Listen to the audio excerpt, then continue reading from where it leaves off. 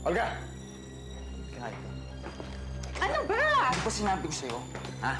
Hindi ba sinabi sa'yo huwag mo na sasaktan si Margarita? Kung yun lang ang paraan para layuan ka niya, gagawin ko yun, Carlos Miguel. Ganun ha? Hinaan mo ba talaga ako, ha? Ang kulit-kulit mo rin eh, no? Kinakailangan ba talaga saktan pa kita para madala ka? Sige, saktan mo ako. Hanggat magsawa ka, saktan mo ako! Kita? Nasasaktan kita, ha? Ha? Ha? Wag, Carlos Miguel! Buntis ako! Yung anak natin!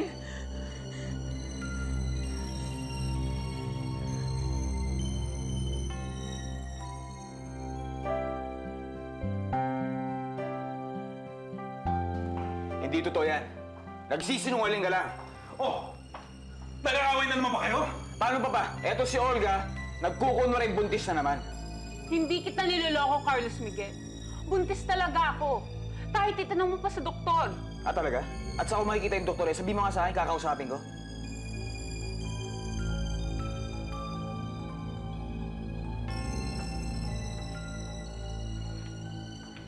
Sosyal ka na ngayon.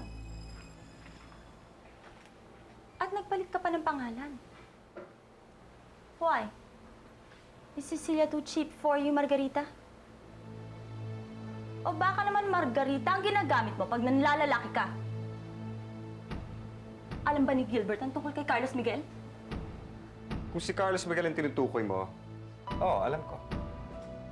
Wala silang relasyon ni Carlos Miguel. Hindi niya lalaki si Carlos Miguel. Magkaibigan lang sila. Kontento ka na? Siguro naman ngayon hindi ka na makikialam. Ang tanong kong sagutin mo! Hindi ako ang dapat tanungin mo dyan. Huwag mo nang alalahanin ng bata, Vladimir. Nasa ayos siya. But I'm sorry, hindi ko pwedeng sabihin kung nasaan si Jimboy. Pinoprotektahan ko lang ang anak ko. Pero si Agnes ang tunay niyang ina. Hindi niyo siya dapat pinakulong. Yun lang ang dapat sa kanya. Mabulok sa kulungan.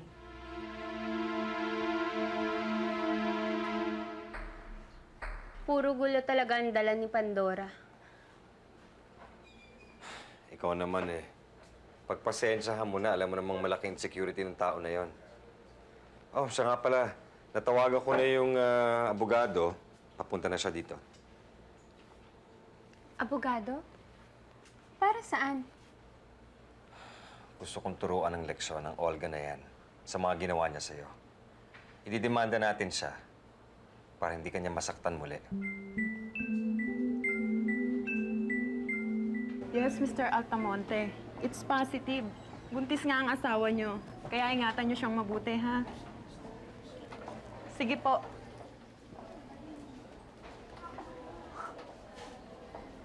Ay, sa wakas. Magkakapo na rin ako.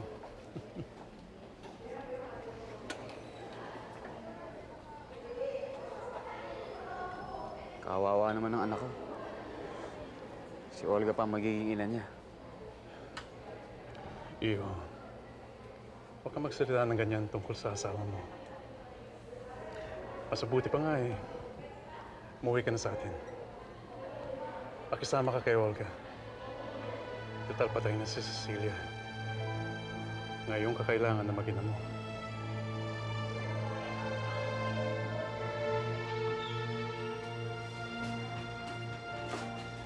Opo ka, Miss Bilibaser. Kukunan na kita ng pahayag. Paano mo ako kukunan ng pahayag kung wala akong abogado? Bakit? Kasinungalingan bang sasabihin mo at kailangan mong abogado? Para sabihin ko sa'yo, Miss Villavicer, meron akong 34 na oras para tapusin ang investigasyon sa kaso mo. Tayo ba'y magtutulungan o magpapahirapan lamang?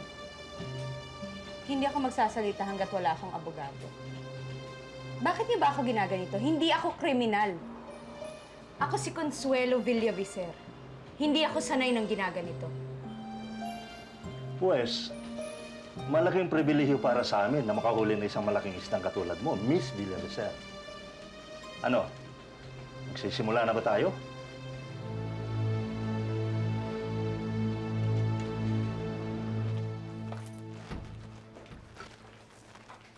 Olga, may sulat para sa'yo.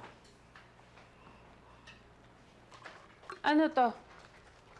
Ewan ko. Basta dumating yan kanina umaga.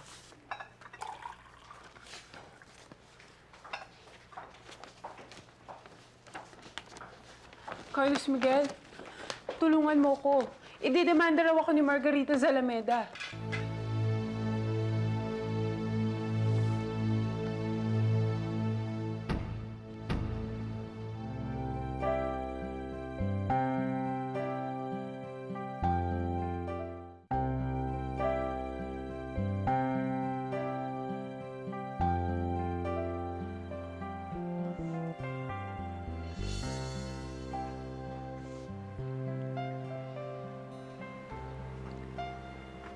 Ano ba naman yung asawa mo, Esme? Pinakasalan ka pagkatapos iniiwan-iwanan ka. Ay, wag ko kayo mag-alala, Aling Mariana. Pabalik na ho yun, susunduin na ako. Magtapat ka nga sa akin. Mahal ka ba ng Apollo na yan? Ay, andyan na ho, andyan na ho. Andyan na. Honey Bunch!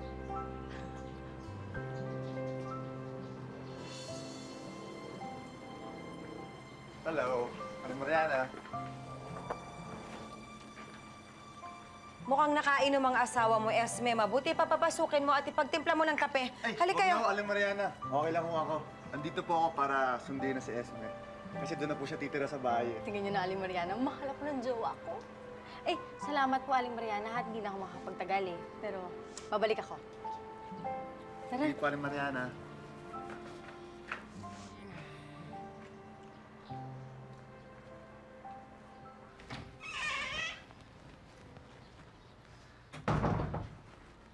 Oh, ano naman ang kailangan mo? Pinakulong niyo raw amo ko. Oo, bakit? Wala. Kaya pala tinawagan ako ng katulong para kumontak ng abogado eh. Oh, ano naman ginawa mo? Kumontak ka nga ng abogado. Hindi. Para ano? Para makawala siya agad. At para utusan ako at may mga insulto ulit sa akin. Hayaan ko muna makulong si Consuelo para madala.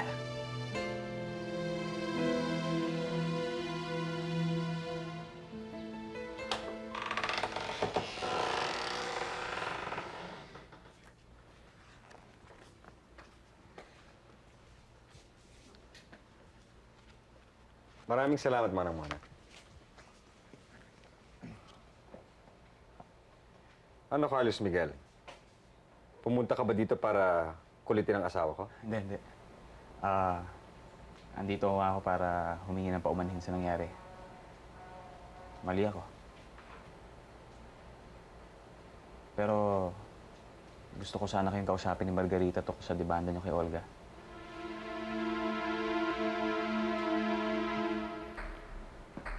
Sasagutin mo ba ng matino ang tanong ko? O ano? Bakit mo kinidnap ang bata? Hindi ko kinidnap ang bata. Anak ko si Jimboy. Anak? Paanong magiging anak? Yang sabi ng arresting officer, si Mrs. Emily Whitman raw ang itinuturong ina ng bata. Dahil inampun niya ang bata. Pero ako ang tunay na ina. Pinaniwala ako ng namatay kong asawa. Nung pinanganak kong patay ang anak ko. Pero inampun siya ni Emily. Bakit naman gagawin yun ng asawa mo? Dahil hindi siya ang tunay na ama ng bata. Si Vladimir Gaston ang tunay na ama. Bakit hindi niyo tanongin si Vladimir? Siya at si Ana ang yaya ni Jimboy. Ang magpapatibay na anak ko si Jimboy. Alam niyo, naiintindihan ko kung bakit niyo dinemanda ang asawa ko. Pero nakikiusap sana ako sa inyo na sana huwag niyo na ituloy yun. Bakit, Carlos Miguel? Akala ko ba wala ka nang pakialam sa asawa mo? Noon, wala. Pero hindi pwedeng hindi na ako makialam ngayon. Buntis si Olga. Magkakaanak na kami.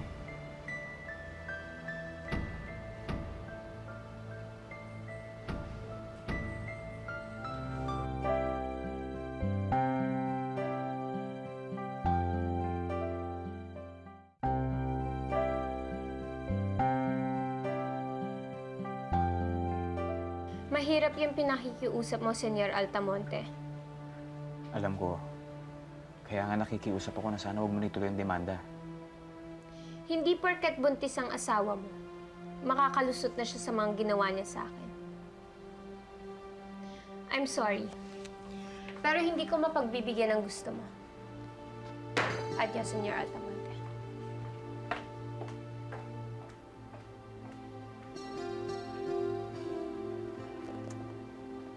Well, good day.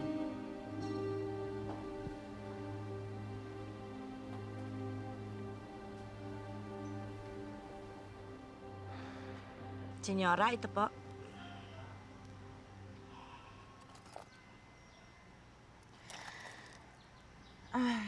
Maraming salamat, Ising. Sa susunod, pagka may kailangan ako uli, tatawagan na lang kita, ha? Apa. Kamusta nga pala si Ramon? Tsaka ang bahay? Okay naman po. Eh, ang bruhang si Olga, nandyan pa ba? Ay naku, ma'am. Mukhang hindi na po aalis yun. Ngayon pa. Anong hindi naaalis? Ano ngayon pa? Bakit? Buntis po ang manugang niyo.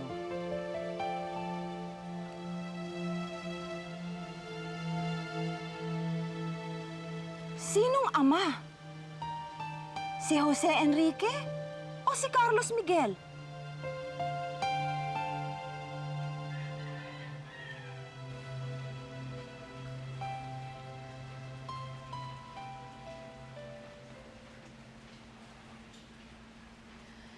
Mahal mo pa rin sana.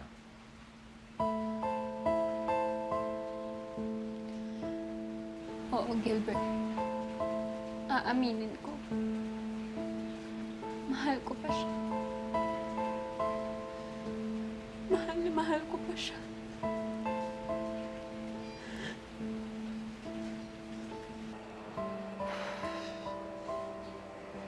May nakuha ka na bang impormasyon kung saan nakilala ni Gilbert Salameda yung Margarita Salameda na sinasabi niyo? Wala pa. Pero mukhang marriage for convenience lang ang kasal nila. Bakit mo nasabi yan? Kilala palang bakla itong si Gilbert Salameda.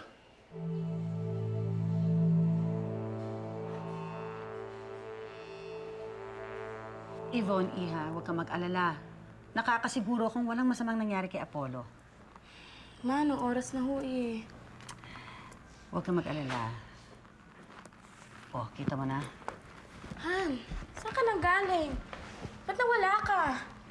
At saka bakit ganyan ang itsura mo, anak? Ang mabuti pa siguro mag-shower ka muna at saka na lang tayo mag-usap. May kasama po ako, ma. Sino?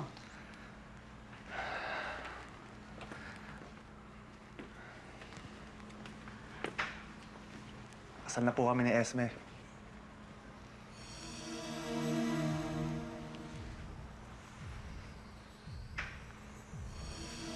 Sinabi sa akin ng suspect na si Vladimir Gaston Rao ang makapagpapatunay na siya raw talaga ang tunay na ina ni Jimboy. Nasaan si Mr. Gaston? Eh, nasa trabaho pa kasi. Hayaan nyo, pagkadating niya, ipapakausap ko siya sa'yo kaagad para masabi niyang nagsisinungaling lang si Consuelo. Malalaman din natin yan. Sige. Tutuloy na ako. Salamat po. Thank you. Thank you.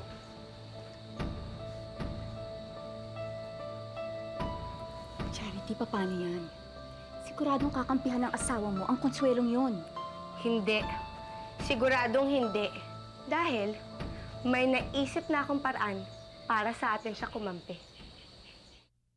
Ana, ikaw nang bahala dito, ha?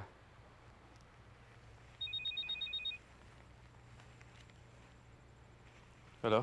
Gusto mo bang makita ang anak mo, Vladimir? Ano bang klaseng tanong yan? Siyempre, oo. Sasabihin mo na ba kung nasan si Jimboy? Makikita mo lang ang anak mo kung ikakaila mo sa mga pulis na si Agnes ang ina ng bata.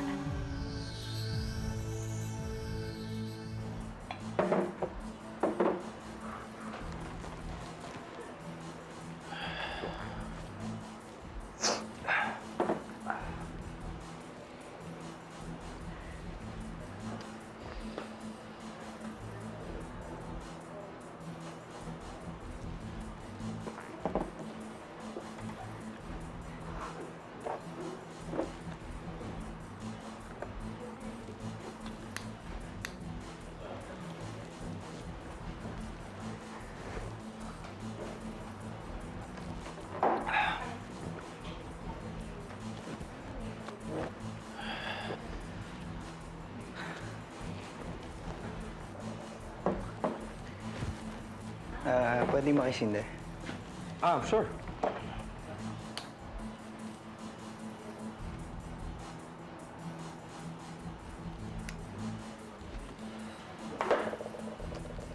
Salamat, ah. Sige.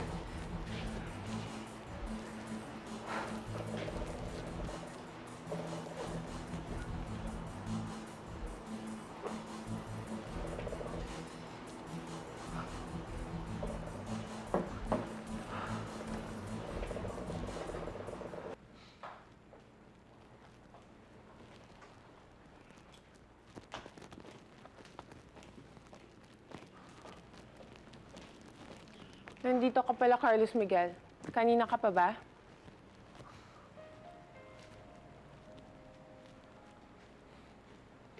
Di pumayag si Margarita ni Urang ang demanda sa'yo.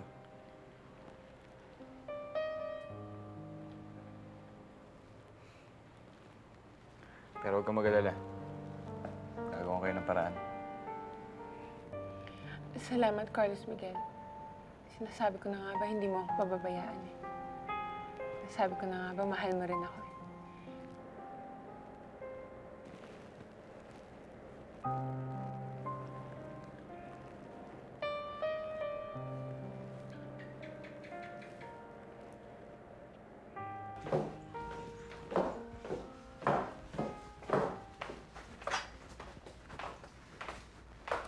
Oh, saan ka pupunta?